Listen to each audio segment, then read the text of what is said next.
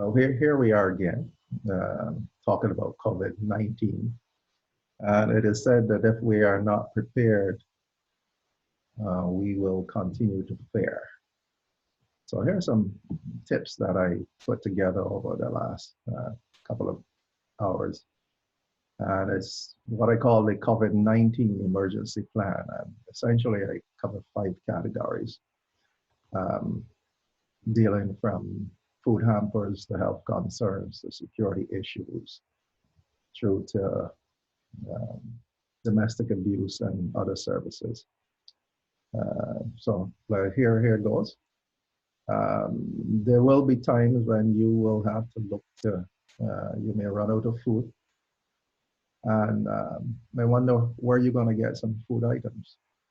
I know in the past one could write food for the poor. They normally have distributions on specific days, but here are the numbers. Here's a number for them. There's the Humanity First Guyana in Queenstown. And then there's Civil Defense Commission. Of course, where the Civil Defense Commission is concerned, I'm merely asking that you call them to find out when and what their program is like. As we move on to health concerns, obviously COVID is the most important health issue, it seems, at this point in time. So we provided you with some numbers from region 1 to 10. For those for region-specific numbers here that can be noted. Of course, you also have the ambulance service, 913, but there's also, recently Eureka Labs came on board with COVID-19 testing. You have both their numbers accessible. And then there's some security issues, obviously during this specific particular period of time. With joblessness on the increase and crime on the increase also. We have to help out the police. The police now have the burden with some extra activities such as ensuring that the curfew is enforced effectively. With the increase in criminal activities, we need to help them. And when I say we're all part of this. Make sure you have the telephone number of the police station nearest to you.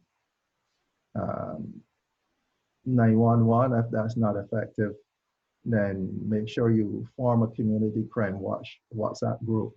Ours have been effective in the BV area. And we included a couple of sergeants on that crime watch group. And they have been very responsive. I think maybe even more responsive than the 911 number. We've noted with some level of distaste and annoyance that there has been an increase in domestic violence. This is something that seems to plague our society. I don't know if it has anything to do with the neglect of parents, and the level of education amongst our young men and men on the whole. But whatever the case may be, we have some organizations like Help and Shelter, Red Thread, United Bricklayers, and Blossom Incorporated.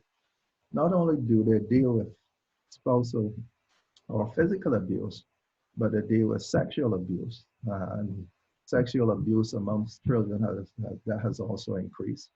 Of course, with the self-quarantine, people seem to be getting depressed a little bit more frequently.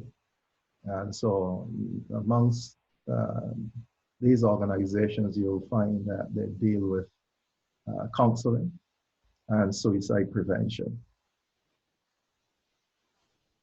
There's some other services that we may wish to consider too. Perhaps you may want a list of those persons who are spiritual in nature, maybe a pastor, a reverend, a mulana, a priest, who may be in a counselor, a position to counsel you, or just to have a chat so that they inject a bit of hopefulness and wonderful spirit within you. There's the Ward Authority, GWI 2278701, GPL Emergency, that's for the Demerara, Essequibo, and Berbice areas. Guyana Relief Council, I know they come into play after there's a fire. And then there's the fire service and ambulance service. There may be many other services that may be provided, but it's up to you. You have a lot of time on your hand, so make use of that time in a manner that allows for improvement in your life and assistance to others who cannot help themselves, and particularly the elderly.